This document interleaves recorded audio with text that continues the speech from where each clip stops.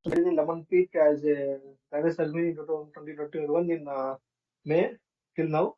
Coming to day-to-day activities like creating the instances in EC2 and the AWS, and monitoring the servers using as a CloudWatch, and user creation and the user modification, and user deletion, and file system permission, file directory permissions, and migrating the servers using the VMs in one host to another host, and creating the servers using the ISO file as well as a template format, and creating the installation configuration of Apache Tomcat, and installation configuration of NFS server, and scheduling the jobs using the Electron, and identifying the issues in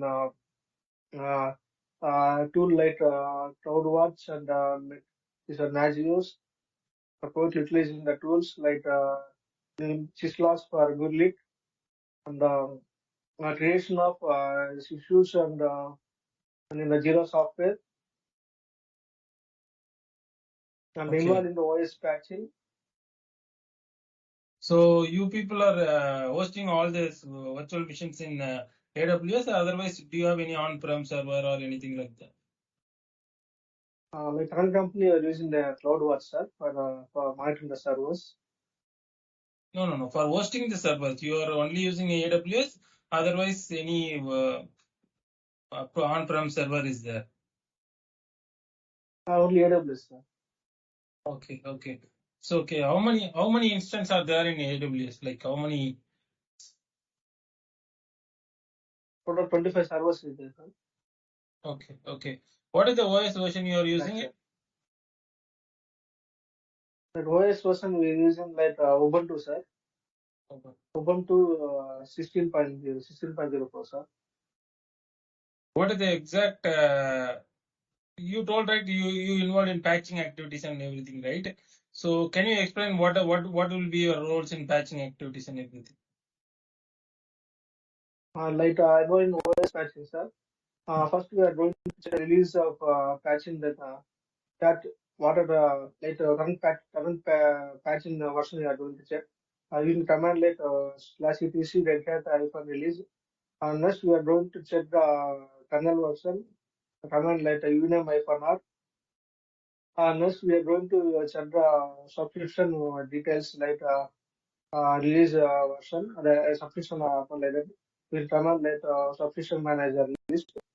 Unless we are going to check the repositories using the command like yum command, yum repo list. Unless we are going to update the list, we're going to check the list using the update list, and we're going to check the what are the list we have in using the summary details using the update history info summary, and we're going to use the command like spacewar channel like my satellite channel like security information, and after we are going to check the security details using the command like them update security. Next we are going to update the history with command like them update history, and we are going to check the release updated list with command like CDC data type of release. Make sure we have to check the kernel version, uname -r. So you told that you are using Ubuntu, then you are explaining about Red Hat, right? As possible. Yes, sir. The OS patch just did in Red Hat only, sir. So you are using yes, sir. current company you are using only Ubuntu. Red Hat, sir. Okay. In Red Hat, which version you are using? 6.8, sir. 6. Okay. So then how you will check services is enabled, or how will you check the status of the service in 6.8? We have this one, sir, keypad, sir. Using the putty, we are going to log in, sir.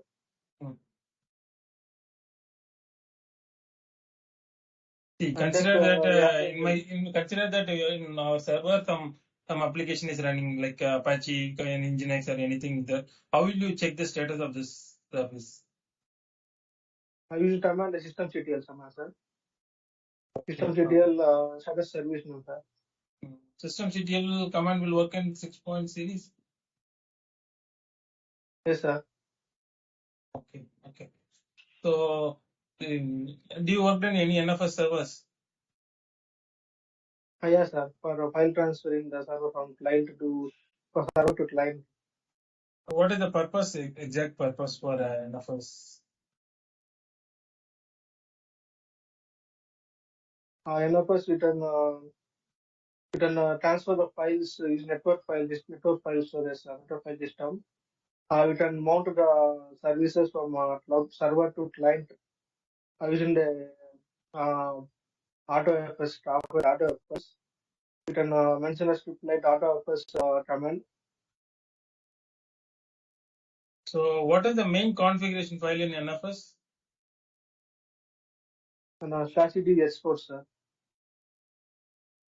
So see, see, we have one file system where we want to mount it to another two system. Consider the two system we want to mount it. Okay.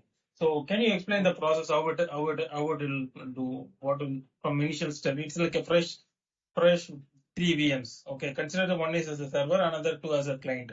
So now you Okay. got a task to implement the NFS server client and server architecture. How you will proceed on this? First, we are going to check the NFS versions, NFS either it is present or not, like that. If not present means you can update you can install the NFS utilities. Use command like m install -y NFS utilities. Unless we are going to check the status, use command like status m status NFS util NFS, and we can update this one RPC bind. Unless you can make a permanent entry in using firewall, firewall make entry in firewall. Use command like a firewall -cmd permanent and add users and the firewall -cmd add permanent add service equal to mount and next one next to mount firewall -cmd form permanent add services equal to RPS bind. Unless we are going to make a directories in we make a entries in FS tab, starting the FS tab. We have to create a directory before entry the FS tab slash cp NFS share. My directory is as NFS share, and if we can make an entry in FS tab, and in the NFS share we have to first mention the device name. Unless we are going to write a partition, and like this one client type we have to mention. Unless you have to mention the read permissions for read permission and the rest we are going to for sync for server to client to syncing for synchronization purpose we can enter the sync and after mention the defaults permission and after we have to save the permissions and after we have to we have to we have to mount the partition, we have to mount the NFS share. The command is using the mount command. Unless we are going to go to the client side, I have to check the utilities in client side. Unless we are going to check the configuration file in etc exports, and we have to entry in the server IP. Unless we are going to check the using a command like the show mount, using the show mount FNE command using the server IP. Unless we are going to uh, mount the services from this command like mount -t, the NFS share, and server IP, and I have to mention the client IP, and on which file you have to mention destination path. Okay, fine, man. Sure. So, okay, one new Linux admin has joined in your team. Okay, so how you people are giving a privilege to him, like to log into the server? What is the authentication mechanism you people are using? Like, how he is going to log into this servers? We are using SSH authentication, sir. We have SSH D file, configuration file. In that, we can specify their system IP address, and we'll mention the read permissions, sir. For a specific IP, we the permission, do the read permission. So see, consider that you see what kind of environment and all available in your like their work product, how it is function. Sir. See what kind of environment and all available in your organization, sir. Like means what, sir? Right. Like production, DR, non-prod, anything like that. We are using the person and testing environment, sir. Okay. So see what kind of application is running in these servers which you people are managing. For counters, sir. Okay. Any databases? Database like current MySQL, sir. See, how many servers are you are managing? 25 servers, sir. 25 servers. Okay. That and all hosted in AWS, right? Yes, sir. So you don't have any exposure in hosting the servers in on-prem or data center, anything like that? Data center, no experience, sir. But VMware outed, sir. So first company in L-Cube company outed in VMware, sir. From a US data center. There too, we migrated in City Gen server to VMware, sir. Okay. Oh, see, that's what I'm telling. See, we have already 100 servers in our environment. Okay. So if some new employee joined or any, even if it is application team or anything like that, right? How authentication will be given normally? What is your point of thinking in this way? See, we cannot create a individual user under servers, right? Yes, sir. So what will be authentication mechanism which you seen in previous company or something? We using the SSH authentication, sir. We have a private IP, private key and public key is there, sir. For we're using the private key, ID, as RSS as RL, RSS, sir. In that authentication file is there. We have a list of all IDs list for employees, and like we can edit the old employee list, old employee details. We can make a like is L1 position means like we can view the read permissions, sir. Okay. So In that way we see, can use. if your user is created in server, where you will see the details and all. Sir. See, your user is created in a server. Okay. So where you will see the details of a server, a user in a server. We have etc password, sir. Okay. So what kind of users are and all available in your environment? Like in our side using the end user, sir. End users. Okay. So you people are not creating any application users. No, sir.